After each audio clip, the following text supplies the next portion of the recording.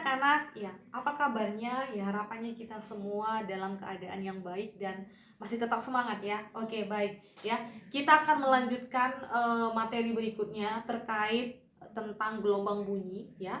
Namun pada materi ini yang kita bahas yaitu eh, tentang sumber bunyi. Nah, sumber bunyi ini dapat dihasilkan yang pertama itu melalui sebuah dawai atau senar ya. Yang kedua dihasilkan oleh pipa organa ya.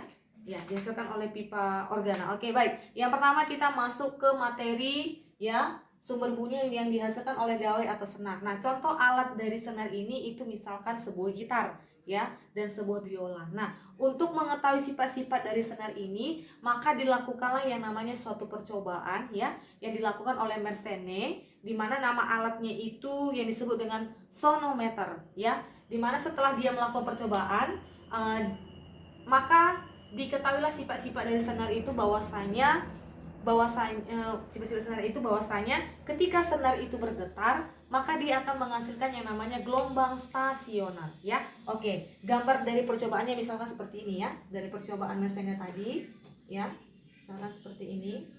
Ini ada sebuah katrol ya, ini ada sebuah gelombang ya, artinya tadi kalau dibilangnya gelombang stasioner berarti ada gelombang datang dan ada gelombang pantul dia ya. Oke, ini gelombang pantulnya. Nah, di sini ya diberikan sebuah beban ya, yang artinya akan menimbulkan artinya sebuah beban, maka ada yang namanya berat. Makanya beban dari berat itu adalah massa beban dikali nanti gravitasi. Nah, di sini akan namanya menghasilkan yang namanya tegangan senar ya, yang arahnya ke atas ya. Tanpa diberikannya beban ya, maka senar tersebut tidak akan menghasilkan sumber bunyi. Nanti di sini ada dia bentuknya lubang ya. Ini nanti dia akan menghasilkan yang namanya sumber bunyi ya. Jadi ketika diberikan beban maka senar tersebut akan mengalami tegang dia. Nah, ketika dia tegang itu maka nanti akan menghasilkan, itulah nanti dia akan mengeluarkan yang namanya sumber bunyi dia begini. Sehingga ya dapat kita buat persamaan ya. Ini adalah tegangan senar ya. Tegangan senar sama dengan W ya, artinya beban berat dari beban tersebut ya, W. Maka T sama dengan W itu sama dengan massa beban dikali gravitasi ya, sehingga dapatlah suatu rumusan bahwa kecepatan rambat gelombang itu ya melalui percobaan ini sesuai dengan hukum Melde ya, maka V sama dengan akar dari ya tegangan senar per nu ya, dimana nanti nu itu sama dengan massa ya dibagi dengan L, artinya panjang dari senar tersebut ya. Ini massa kilogram ya, lalu ini adalah panjang